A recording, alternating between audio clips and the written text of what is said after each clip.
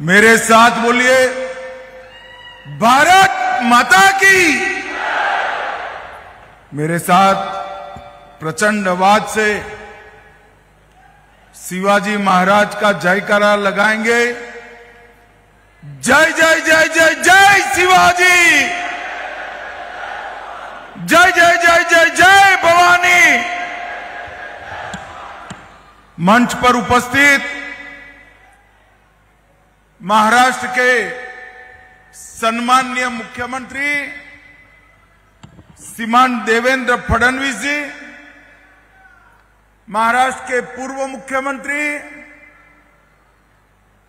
और महाराष्ट्र के उप मुख्यमंत्री श्री एकनाथ शिंदे जी, महाराष्ट्र के उप मुख्यमंत्री श्री अजित पवार जी, पुणे के सांसद और मेरे साथी मंत्री श्री मुरलीधर मोहोल जी, जलगांव के निवासी और महाराष्ट्र सरकार के मंत्री श्री गिरीश महाजन जी, यहीं के धरतीपुत्र श्री राधाकृष्ण विखे पाटिल जी, बिपिन दादा शंकरराव कोले जी, अध्यक्ष संजीवनी समूह, जिस युवा नेतृत्व के बुलावे पर मैं आया हूं, ऐसा श्री विवेक कोले जी, श्रीमती स्नेहलता ताई कोल्हे जी, मंच पर उपस्थित सभी महानुभाव और आज विशाल संख्या में कोपर गांव में आए हुए प्यारे भाइयों बहनों माताओं, आप सभी को मेरा प्रणाम, राम राम। सबसे पहले मैं सहकार महर्षि शंकरराव कोले जी को बहुत मनपूर्वक प्रणाम कर कर मेरी बात की शुरुआत करना चाहता हूं। मित्रों, आज महर्षि शंकरराव कोले ने जो नींव डाली थी, वो नींव एक बोया हुआ छोटा सा बीज आज सहकारी क्षेत्र का एक बहुत बड़ा वटवृक्ष बनकर हमारे सामने खड़ा है। और आज दोनों नई शुरुआत भारत के सहकारी शुगर कारखानों के इतिहास में कॉम्प्लेक्स बायोगैस प्रकल्प और पोटाश का निर्माण दोनों भारत में पहली बार महर्षि शंकरराव कोले शुगर कारखाना में होने जा रहा है। और ये हम सब के लिए बड़े गर्व का विषय है। और मैं आज कहना चाहता हूं विवेक को, विवेक, आज आपने जो शुरुआत की है, देश भर के कोऑपरेटिव शुगर कारखानों के लिए एक नया रास्ता खोलने का काम आपने किया। और जब मुझे निमंत्रण देने आए तब हमने इस पर काम करना शुरू किया था। और आज मैं घोषणा करना चाहता हूं कि नरेंद्र मोदी जी की सरकार आने वाले दिनों में सिलेक्टेड 15 कोऑपरेटिव शुगर फैक्ट्री को एनसीडीसी की सहायता से ये दोनों संयंत्र लगाने के लिए पूरा सहयोग करेगी। और इससे नई शुरुआत होगी। मित्रों, मोदी जी की सरकार देश के किसानों को समर्पित सरकार है। और अभी अभी 1 अक्टूबर को कैबिनेट के अंदर मोदी जी ने दलहन आत्मनिर्भरता प्रोजेक्ट की शुरुआत की। 6 साल तक 11,340 करोड़ रुपया दलहन के क्षेत्र में भारत को आत्मनिर्भर करने के लिए उपयोग आएंगे। और मैं आज यहां महाराष्ट्र के दलहन की खेती करने वाले किसानों को कहने आया हूं कि अरहर, उड़द और मसूर, ये तीनों दलहन के किसानों को अगर आप नाफेड और एनसीसीएफ के साथ रजिस्टर करते हो तो 100% दलहन एमएसपी पर भारत सरकार आपका खरीद लेगी। 100% दलहन हम खरीद लेंगे। इससे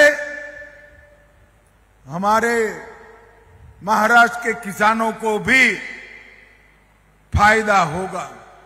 देश के 2 करोड़ किसानों को 100% एमएसपी पर हम दलहन खरीदेंगे। 1000 प्रोसेसिंग यूनिट भी लगाएंगे और 38 लाख अच्छे बीज की किट भी देंगे। मित्रों, यही कैबिनेट में मोदी जी ने मसूर के लिए 300 रुपया क्विंटल एमएसपी बढ़ाई, सरसों के लिए 250 रुपया, चना, अहिल्यानगर में भी चना काफी होता है, चने के लिए भी 225 रुपया क्विंटल एमएसपी बढ़ाई है। और महाराष्ट्र का बड़ा क्रॉप जौ है, जौ के लिए भी 175 रुपया क्विंटल एमएसपी बढ़ाई है और गेहूं के लिए 160 रुपया एमएसपी बढ़ाने का काम हुआ है। नरेंद्र मोदी जी के नेतृत्व में ज्वार की एमएसपी में अब तक 11 साल में 2.5 गुना बढ़ोतरी, बाजरे में 2.5 गुना बढ़ोतरी, तुअर अरहर में 100% बढ़ोतरी, मूंग में 100% बढ़ोतरी, सोयाबीन में 2 गुना बढ़ोतरी और कापूस में 2 गुना बढ़ोतरी करने का काम नरेंद्र मोदी जी ने किया है। और मित्रों, अभी जो जीएसटी के रिफॉर्म हुए, इसमें किसान के उपयोग की ढेर सारी चीजों पर जीएसटी 5% पर लाने का काम नरेंद्र मोदी जी ने किया। ट्रैक्टर के कल पुर्जे, हार्वेस्टर, थ्रेसर, स्प्रिंकलर, ड्रिप सिंचाई, पोल्ट्री और मधुमक्खी पालन की मशीनें 5% पर लाने का काम किया है। और जीव कीटनाशक और प्राकृतिक मेंथोल को भी 5% लिया है। इससे लाखों किसानों को फायदा होगा। मित्रों, आज भारत के पहले सहकारी कॉम्प्लेक्स बायोगैस प्लांट का उद्घाटन हुआ है। इस परियोजना में लगभग 55 करोड़ रुपया लगा और ये सीबीजी प्लांट हर रोज 12 टन प्रतिदिन सीबीजी का उत्पादन करेगा और 75 टन प्रतिदिन पोटास गुड़ से बनाने का काम करेगा। ये दोनों चीजें हमारा देश विदेश से आयात करता है और आयात बंद होकर आत्मनिर्भर भारत की दिशा में आगे बढ़ेगा।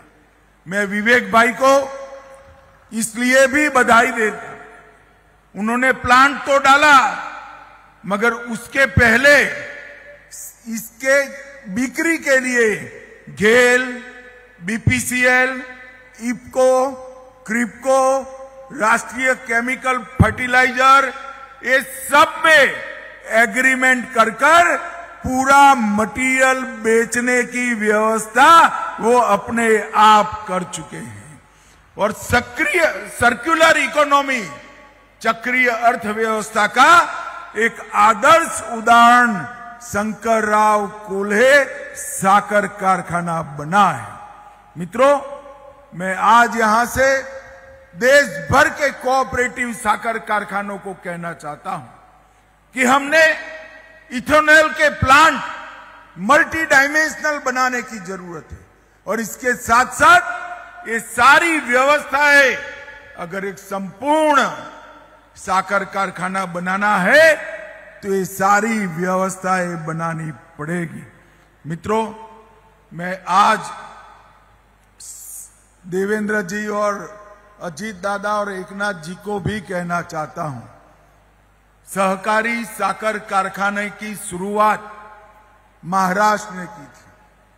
अब महाराष्ट्र की ही जिम्मेदारी है साकर कारखानों की चक्रीय अर्थव्यवस्था 100% सर्कुलर इकोनॉमी को पूर्णतया जमीन पर उतारने की शुरुआत महाराष्ट्र से होना चाहिए।